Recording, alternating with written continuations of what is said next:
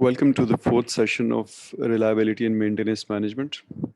In the third session, we studied degradation and failure mechanisms, and today we'll be moving on to the basic concepts of maintenance. हमने ये discuss किया था कि जो engineered objects होते हैं वो उनकी परफॉर्मेंस बहुत सी चीज़ों पे डिपेंड कर रही होती है। जैसे फॉर एग्जांपल हमने कहा था कि किसी भी कंपोनेंट या प्रोडक्ट या सिस्टम या इंफ्रास्ट्रक्चर उसका डिज़ाइन एक बड़ा फैक्टर होता है जिससे जिससे उसकी परफॉर्मेंस अल्टीमेटली हमारे सामने आती है। फिर उसके अंदर जो मटेरियल्स यूज़ होते हैं वो बहुत बड़ा फैक्टर होते हैं जिससे उसकी परफॉर्मेंस पे असर पड़ता है। फिर जो मैन्युफैक्चरिंग प्रोसेसेस यूज़ किए जाते हैं उसको उस शेप में लाने के लिए जिसमें वो यूजेबल होती है, क्योंकि मुख्तलिफ प्रोसेसेस जो हैं उनका मुख्तलिफ इम्पैक्ट होता है अल्टीमेटली परफॉर्मेंस पे। फिर यूजेज, किसी चीज़ की यूजेज ज़्यादा है, कम है, रेगुलर है, कंटिन्यूस है, इंटरमिटेंट है, उससे बड़ा फ़र्क पड़ता है। फिर ऑपरेटिंग इन्वायरमेंट इम्पॉर्टेंट होती है।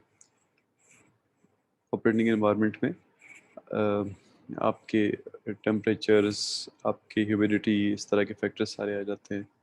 फिर ऑपरेटिंग इन्वायरमेंट का ही एक सब पार्ट बनता है आपकी एचआर, जो आपके सिस्टम को यूज़ कर रही होती है, उसकी उनकी स्किल वगैरह। इस तरह और भी बहुत सारे फैक्टर्स होते हैं। और एक और बड़ा फैक्टर होता है maintenance of the engineered objects. आप जितना अच्छा उनको मेंटेन करेंगे उतनी उनकी परफॉर्मेंस बेहतर होने के इम्कान होते हैं। जो मेंटेनेंस होती है ये ऑब्वियसली इसकी requirements part two part specific होती हैं। और इसी तरह जो हमने बात की थी डेग्रेडेशन और फेलियर की, वो भी they are specific to the part और द कंपोनेंट और द सिस्टम, ये जिस भी डिकम्पोजिशन के लेवल पे हम बात कर लें। और मेंटेनेंस और डिग्रेडेशन और फेलियर मैकेनिज्म्स होते हैं आपस में इस सेंस में लिंक्ड होते हैं कि maintenance is actually your effort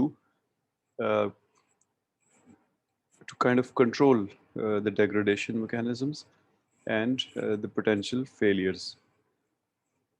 आप फिर इसका मतलब है कि अच्छी मेंटेनेंस करने के लिए आपको डेग्रेडेशन और फेलियर मैकेनिज्म्स की समझ बड़ी ज़रूरी है, ताकि हम अकॉर्डिंगली फिर अपने सिस्टम को मेंटेन कर सकें। अब मेंटेनेंस है क्या? Maintenance obviously it's a set of activities जो कि आप प्लान करते हैं, कभी आपको बगैर प्लानिंग के भी करनी पड़ती है। और ये एक छोटे से एक्ट से, सच एज क्लीनिंग, कपड़ा लेके किसी चीज़ को साफ़ कर देना, और उस दूसरे स्पेक्ट्रम के एंड पे कई सालों की कोई एक्टिविटी हो सकती है। जैसे फॉर एग्जांपल एक सबमरीन का overhaul, it takes 4 to 5 years। तो मेंटेनेंस एक्टिविटीज़ फिर बहुत सारी हो सकती हैं। For example functional check, servicing, repairing, replacing equipment, machinery, infrastructure या जो भी आपका सिस्टम है। अब इन इन सब को करने के लिए, मेंटेनेंस को करने के लिए आपको पॉलिसी बनानी पड़ती है, एक सेट ऑफ रूल्स बनाने पड़ते हैं कि वो क्या इवेंट्स होंगे जो ट्रिगर करेंगे मेंटेनेंस के एक्शंस को। तो इस सेंस में मेंटेनेंस पॉलिसी बड़ी इंपॉर्टेंट है कि ये चूँकि maintenance obviously it's a costly activity. In the case of corrective maintenance, जिसकी बहुत सारी फॉर्म्स हम आगे देखेंगे, आपको प्लांट्स शट डाउन करने पड़ते हैं, which is a lot of cost, not only in terms of the activities that you're doing, the parts you're replacing, the people who are working on it, but also on the account of lost production. तो फिर अच्छी maintenance policy बहुत ज़रूरी है ताकि आप अपनी maintenance की कॉस्ट्स को मिनिमाइज कर सकें। बहुत सारे मेंटेनेंस सेक्शंस होते हैं, जैसे इंस्पेक्शन, कंप्लायंस टेस्ट हो गए, आप मॉनिटरिंग करते हैं, रूटीन मेंटेनेंस करते हैं। रूटीन मेंटेनेंस का मतलब होता है वो मेंटेनेंस जिसमें किसी स्किल की रिक्वायरमेंट नहीं होती, ख़ास स्किल की। जैसे हमने थोड़ी देर पहले बात की क्लीनिंग की, इस तरह की एक्टिविटीज़, फिर ओवरहॉल्स, फिर रीबिल्ड्स, फिर रिपेयर्स, फिर टर्न अराउंड मेंटेनेंस, फिर design out maintenance. Turn around maintenance का आइडिया ये होता है कि आप और डिज़ाइन आउट में भी कि आप लोग प्लांट को बंद करते हैं कम्प्लीटली और फिर ये वाली मेंटेनेंसेस करते हैं।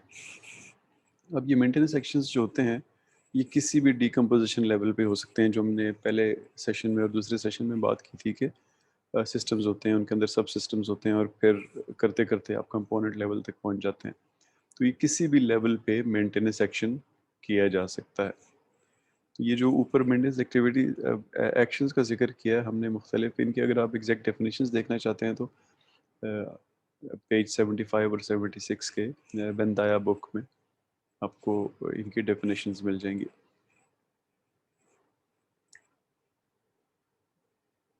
अब मेंटेनेंस जो है ये करेक्टिव भी हो सकती है और प्रिवेंटिव भी हो सकती है। इसके बारे में हमने बात की पिछले सेशंस में। जो प्रिवेंटिव मेंटेनेंस होती है वो अ,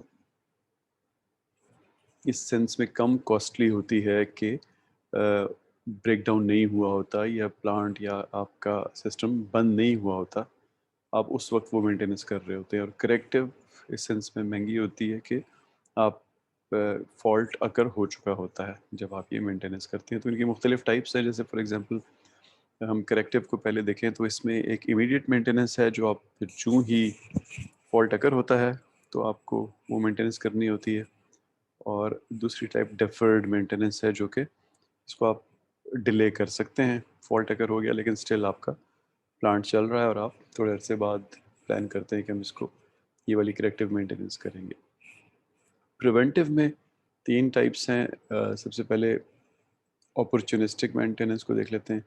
ये वो मेंटेनेंस है जो आप जिसका टाइम वगैरह डिफाइन नहीं करते, बस जो ही आपको अपॉर्चुनिटी मिलती है आप मेंटेनेंस कर लेते हैं। जैसे फॉर एग्जांपल किसी वजह से आपका प्लांट आजकल आइडल है, फॉर एग्जांपल या मार्केट में डिमांड नहीं है या सीज़न नहीं है या कोई एक पार्ट ख़राब हो गया है जिसको आप रिप्लेस कर रहे हैं, तो दूसरे पार्ट जो ख़राब नहीं हुए वो नहीं चल रहे क्योंकि एक पार्ट ख़राब हो गया था। तो जो ख़राब नहीं भी हुए आप अपॉर्चुनिटी देखते हुए आप उनकी भी मेंटेनेंस कर देते हैं। फिर कंडीशन बेस्ड मेंटेनेंस है। कंडीशन बेस्ड मेंटेनेंस के अंदर दो टाइप्स हैं, कंडीशन मॉनिटरिंग एंड इंस्पेक्शन और फंक्शनल टेस्ट्स। अब कंडीशन बेस्ड मेंटेनेंस जो होती है इसका बेसिक कॉन्सेप्ट ये है कि आपने कोई मेजरेबल वेरिएबल रखा हुआ है। जैसे फॉर एग्जांपल वाइब्रेशन जनरेटर्स के पैड पे आप मेजर करते हैं, तो वो एक मेजरेबल वेरिएबल है। उसको आप मॉनिटर या इंस्पेक्ट करते हैं और अगर वो एक प्री डिटरमिन्ड लेवल से ऊपर हो, वाइब्रेशन फॉर एग्जांपल, तो फिर आप फैसला करते हैं कि अब मुझे मेंटेनेंस करनी है इस जनरेटर की, मुझे इसको खोलना पड़ेगा। लेकिन ये जो कंडीशन मॉनिटरिंग का एक्ट होता है इन इटसेल्फ ये नॉन इंट्रूसिव होता है, यानी इसको करने के लिए सिस्टम को नहीं खोलना होता। इसको करने के बाद फैसला करना होता है कि सिस्टम को मेंटेन करने के लिए खोलने की ज़रूरत है या नहीं। अब या तो आप इसको मॉनिटर या इंस्पेक्ट कर सकते हैं या कोई फंक्शनल टेस्ट कर सकते हैं। जैसे फॉर एग्जांपल आप अपनी गाड़ी का ऑयल चेक कर रहे हैं, तो कंडीशन मॉनिटरिंग और इंस्पेक्शन में आप ये कर सकते हैं कि आप उसको अपनी उंगली पे लगा के उसकी विस्कोसिटी चेक कर लें। ये कंडीशन मॉनिटरिंग होगी। अगर आप उसका फंक्शनल टेस्ट करना चाहते हैं तो मे बी आप उसको किसी हाइड्रोलिक प्रेशर को सब्जेक्ट करके देखें कि वो प्रेशर सस्टेन कर रहा है कि नहीं। तो आप टेस्ट भी कर सकते हैं डिपेंडिंग ऑन द पार्ट और मॉनिटरिंग भी कर सकते हैं। लेकिन सीबीएम कंडीशन बेस्ड मेंटेनेंस के अंदर जो मेन डिफरेंशिएटिंग फैक्टर है वो नंबर वन ये होता है कि एक मेजरेबल वेरिएबल है जिसको आप देख रहे हैं और उसकी बेस पे आपने फैसला करना है। नंबर टू, ये जनरली नॉन इंट्रूसिव होती है, इसके लिए इक्विपमेंट को खोलना नहीं पड़ता। फिर इसके बाद आ जाती है प्री डिटर्मिन्ड मेंटेनेंस, यानी जिसका आपने फैसला किया हुआ है कि ये हमने एक पर्टिकुलर टाइम पे या किसी और फैक्टर पे, फॉर एग्जांपल पंपिंग रेट अगर सही आ रहा है तो हम मेंटेनेंस नहीं करेंगे, लेकिन जो ही पंपिंग रेट एक पर्टिकुलर फ्लो रेट से कम हो जाएगा, हम मेंटेनेंस कर लेंगे। जो क्लॉक बेस्ड मेंटेनेंस होती हैं यानी टाइम बेस्ड मेंटेनेंस, इनमें एक कैलेंडर क्लॉक होता है। कैलेंडर क्लॉक का मतलब होता है कि आप अ, किसी एक फिक्स डे से, for example start of the year, फैसला कर लेते हैं कि इसके 3 महीने बाद मैं फलानी मेंटेनेंस करूंगा। जैसे फॉर एग्जांपल स्ट्रीट लाइट्स हैं, तो शहर की मैनेजमेंट फैसला कर सकती है कि हम यकम जुलाई को सारी लाइट्स चेंज करेंगे। अब उसके बीच में हो सकता है कि 25 मार्च को एक पर्टिकुलर लाइट ख़राब हो गई हो, वो आपने रिप्लेस कर ली हो। लेकिन जब कैलेंडर क्लॉक मेंटेनेंस होगी तो वो सारी की सारी रिप्लेस होंगी, चाहे वो 2 दिन पहले लगी थी, चाहे उसने सारे 6 महीने गुजारे, वो उन सबको रिप्लेस करेंगे। एज क्लॉक जो है वो पर्टिकुलरली एक जिस वक्त आप किसी चीज़ को लगाते हैं उस वक्त उसको ज़ीरोवाइज करते हैं क्लॉक को, और फिर 6 महीने बाद, जैसे फॉर एग्जांपल यही जो बल्ब्स की हम बात कर रहे हैं, तो आपने 10 बल्ब लगा दिए और इनको मैं 6 महीने बाद चेंज करूँगा, वेदर वो ख़राब हुए या नहीं हुए। फिर एक और 10 बल्ब 5 से 10 दिन बाद लगाए, उनको उससे 6 महीने बाद करूँगा। और फिर फाइनली यूजेज क्लॉक का मतलब है कि टाइम बेस्ड क्लॉक, उसकी यूज़ पे, यानी आज मैंने लगाया, 1 महीना यूज़ किया, और अगर उसके बाद उसका आइडल टाइम है तो मैंने क्लॉक बंद कर दी। फिर जब दोबारा चला, फिर क्लॉक ऑन की, तो इस तरह करते करते वो वाले जो 6 महीने हुए, जो एक्चुअली कैलेंडर में शायद 2 साल हों, क्योंकि बीच में आइडल टाइम्स थे, तो जब उसका यूजेज पूरा होगा तो हम वो वाली मेंटेनेंस कर लेंगे। तो ये मुख्तलिफ मेंटेनेंस के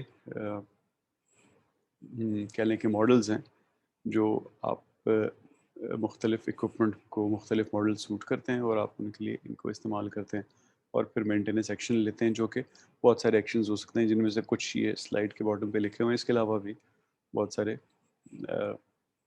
एक्शंस हो सकते हैं। अब इन सारे के सारे जो मॉडल्स हैं या करेक्टिव और प्रिवेंटिव के सब पार्ट्स हैं, इनकी डेफिनेशंस आपको पेज 76 से लेके पेज 81 तक मिल जाएंगी। अब मेंटेनेंस का ताल्लुक जो है वो आपकी पार्ट के परफॉर्मेंस से होता है। जैसे हमने थोड़ी देर पहले बात की कि एक पर्टिकुलर परफॉर्मेंस इंडिकेटर होता है जिसको आप देख रहे होते हैं। सीबीएम में तो हम कंडीशन मॉनिटरिंग के पॉइंट ऑफ व्यू से बात कर रहे हैं, लेकिन मेंटेनेंस में भी आप परफॉर्मेंस को साथ साथ कंटिन्यूसली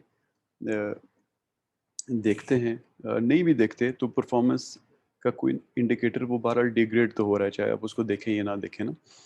तो एक एक्सेप्टेबल लेवल है आपका, उस वक्त तक आप कहते हैं कि मेरा ये पार्ट चल रहा है, तो गुड इनफ। जैसे फॉर एग्जांपल एयर कंडीशनर है, वो अगर आपको इतनी ठंडक दे रहा है कि आप कंफर्टेबल हैं, तो you are not really bothered.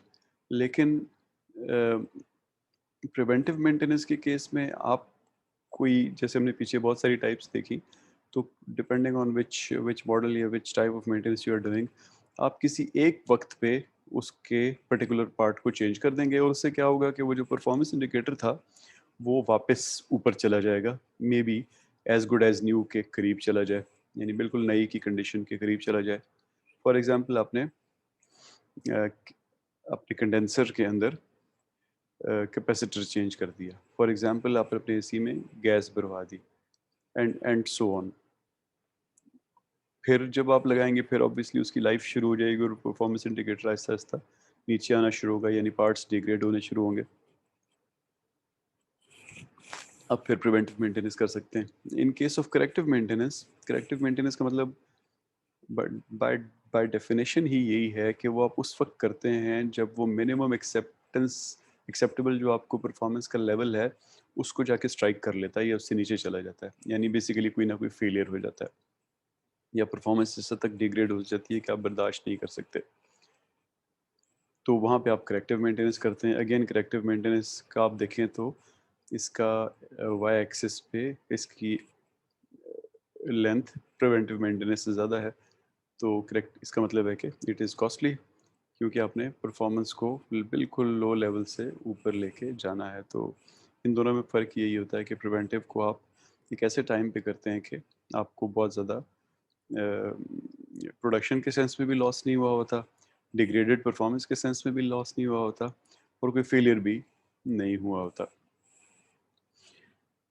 तो इस चीज़ को अगर आप ज़हन में रखें तो और एक और एंगल से चीज़ को देखें कि जब भी आप कोई मेंटेनेंस एक्शन ले रहे होते हैं तो आप सिस्टम को रिस्टोर कर रहे होते हैं इन अ वे, उसकी परफॉर्मेंस को रिस्टोर कर रहे होते हैं। तो अब वो रिस्टोरेशन जो है वो 3 लेवल की हो सकती है।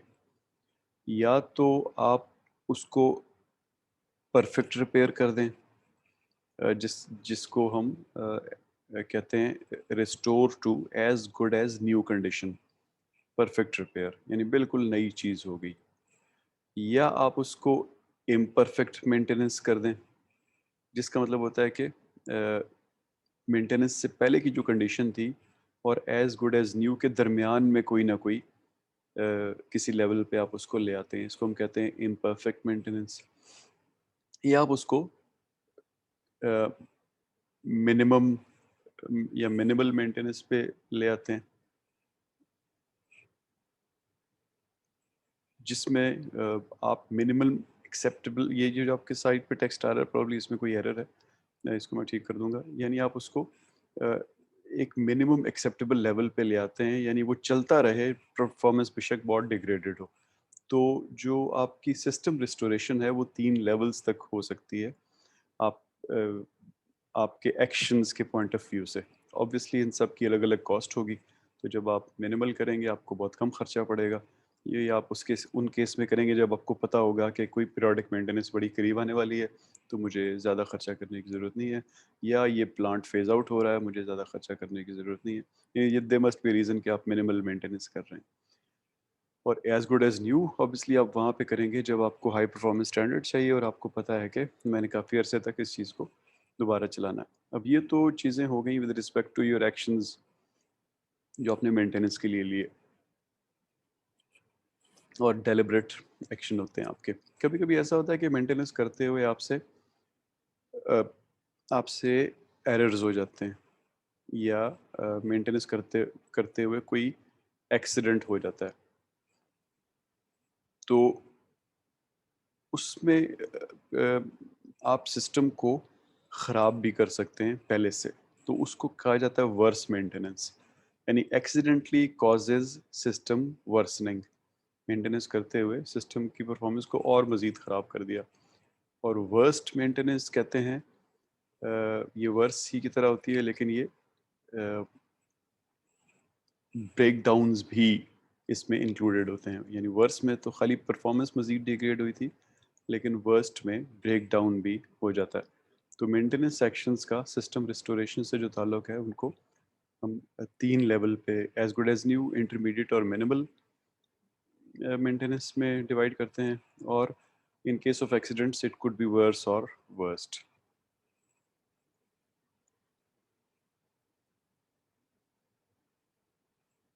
अब अप टाइम और डाउन टाइम की डेफिनेशंस को देख लेते हैं। अप टाइम का ऑब्वियसली मतलब ये होता है कि वो टाइम जिस दौरान आपका प्लांट चल रहा है, ऑपरेशन के लिए अवेलेबल है। और दो डाउन टाइम्स के दरमियान के टाइम को भी हम अप टाइम कह सकते हैं। और डाउन टाइम का मतलब होता है वो टाइम जब आपका प्लांट या सिस्टम या प्रोडक्ट वो अवेलेबल नहीं है, या उसकी प्रिवेंटिव मेंटेनेंस हो रही है या करेक्टिव मेंटेनेंस हो रही है। अब इन दोनों को, यानी अप टाइम और डाउन टाइम को हम मज़ीद भी डिवाइड कर सकते हैं। यहाँ पे आप देखें तो अप टाइम के 2 डिविजन्स हैं। एक सिस्टम ऑपरेटिंग टाइम है, यानी जिस वक्त आप प्रोडक्शन कर रहे हैं या वो इक्विपमेंट काम कर रही है। और दूसरा सिस्टम आइडल टाइम है, जिस वक्त वो प्रोडक्शन नहीं कर रहा या सिस्टम चल नहीं रहा। अब ये चल जो नहीं रहा ये किसी भी वजह से हो सकता है, ये ज़रूरी नहीं है कि कोई फॉल्ट हो या कोई प्रॉब्लम हो। ये सिंपली इस वजह से भी हो सकता है कि आपका काम ही सीजनल है, आपका काम ही 6 घंटे का है 24 में से, and so on. Down time की 3 सब डिविजन्स हैं। पहला है एडमिनिस्ट्रेटिव डिले, यानी वो डिले इस वजह से आया कि कोई एडमिनिस्ट्रेटिव एक्शन कंप्लीट नहीं हुआ। जैसे फॉर एग्जांपल कोई हायरिंग नहीं हुई और आपके पास एक्सपर्ट नहीं आया हुआ, वो चलाने वाला बंदा नहीं आया हुआ। फिर लॉजिस्टिक्स डिले रीज़न हो सकता है डाउन टाइम का। जैसे फॉर एग्जांपल रॉ मटेरियल नहीं मिला आपको आपको लूब ऑयल्स नहीं मिले जिसकी वजह से मशीनरी चले, या कोई भी और लॉजिस्टिक आपकी सप्लाई चेन में कोई इशू हुआ जिसकी वजह से वो सब चीज़ें आप तक नहीं पहुंच सकी जिनसे प्लांट चलना था। और तीसरी सब डिवीजन है जी एक्टिव मेंटेनेंस टाइम, यानी या आप करेक्टिव मेंटेनेंस कर रहे हैं या प्रिवेंटिव मेंटेनेंस कर रहे हैं। प्रिवेंटिव मेंटेनेंस का अपना एक लाइफ साइकिल होता है या साइकिल होता है जिसमें आप पहले, चूँकि आपने आपके हाथ में होता है, आपने प्लान किया होता है, तो आप पहले इसके लिए प्रिपेयर करते हैं। फिर आप इंस्पेक्ट करते हैं। प्रिपरेशन ऑब्वियसली डाउन टाइम से पहले भी हो सकती है आपके एंड पे, लेकिन अगर मशीनरी को प्रिपेयर करना है तो फिर डाउन टाइम देना पड़ेगा। फिर उसके बाद आप इंस्पेक्ट करते हैं, फिर सर्विसिंग करते हैं जो जिसमें पार्ट चेंज हो सकता है या पार्ट रिपेयर हो सकता है या जो भी मेंटेनेंस एक्टिविटी वो आप कर रहे हैं। और फिर उसके बाद चेकआउट टाइम, यानी आप फंक्शनली देखते हैं कि वो ठीक हो गया है और वापस उसको ऑन कर देते हैं। और करेक्टिव मेंटेनेंस में ऑब्वियसली आप प्लांट डाउन किया, आपने पहले प्रिपेयर किया मेंटेनेंस के लिए, अभी तो आपको सिर्फ ये पता है कि फॉल्ट है क्या वो नहीं पता। तो प्रिपेयर करने के बाद आपने, फॉर एग्जांपल प्रिपेयर करने का मतलब हो सकता है कि इंजन को जहाज़ से, हवाई जहाज़ से उतार दिया जाए, फिर उसको हैंगर में लेके जाया जाए, फिर वहाँ पे उसकी शील्ड्स वगैरह उतारी जाएं। फिर अगला स्टेप है लोकलाइजेशन एंड फॉल्ट आइसोलेशन। अब this can be obviously very long and complex activity, जिस केस में मैं गैस टरबाइन के इंजन की बात कर रहा हूँ। तो लोकलाइजेशन करते करते हो सकता है कि आपको पहले हाई प्रेशर एंड खोलना पड़े, लो प्रेशर एंड खोलना पड़े, शाफ्ट खोलनी पड़े, तब जाके आपको पता चले कि एक बेरिंग में प्रॉब्लम है। या ये कोई रिलेटिवली आसान काम भी हो सकता है, आपको पता चल जाए कि एक इलेक्ट्रिक सर्किट के अंदर या एक प्रोसेसिंग सर्किट के अंदर एक पीसीबी ब्लोन आउट है।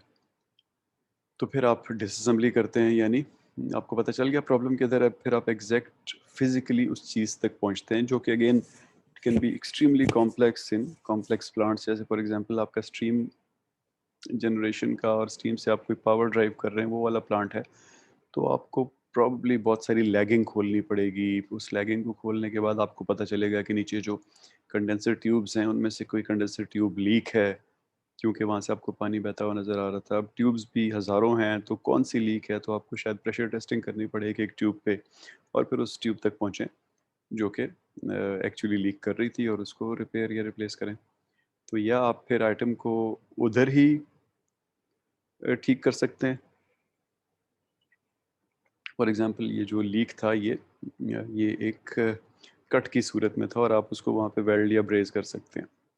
या हो सकता है कि आप फॉल्टी आइटम को रिमूव करके वहाँ पे एक स्पेयर लगाएं। तो सारी की सारी ट्यूब रप्चर हो गई है ऊपर से लेके नीचे तक, तो आप उस ट्यूब को निकालेंगे और वहाँ नया लगाएंगे और उसको रीअसेंबल करेंगे। सारे प्लांट को रीअसेंबल करने के बाद आप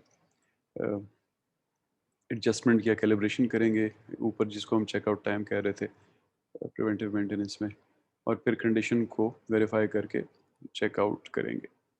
तो जो डाउन टाइम होता है it can be depending on the complexity of the system, it could be very long in case of corrective maintenance। और प्रिवेंटिव में रिलेटिवली डाउन टाइम कम इसलिए होता है कि ये अभी फॉल्ट नहीं अगर हुआ होता और आप विलफुली या इंटेंशनली वो एक्टिविटी कर रहे होते हैं, तो you know the sequence of events और आप जल्दी से उसको कर लेते हैं। And there is no fault to localize।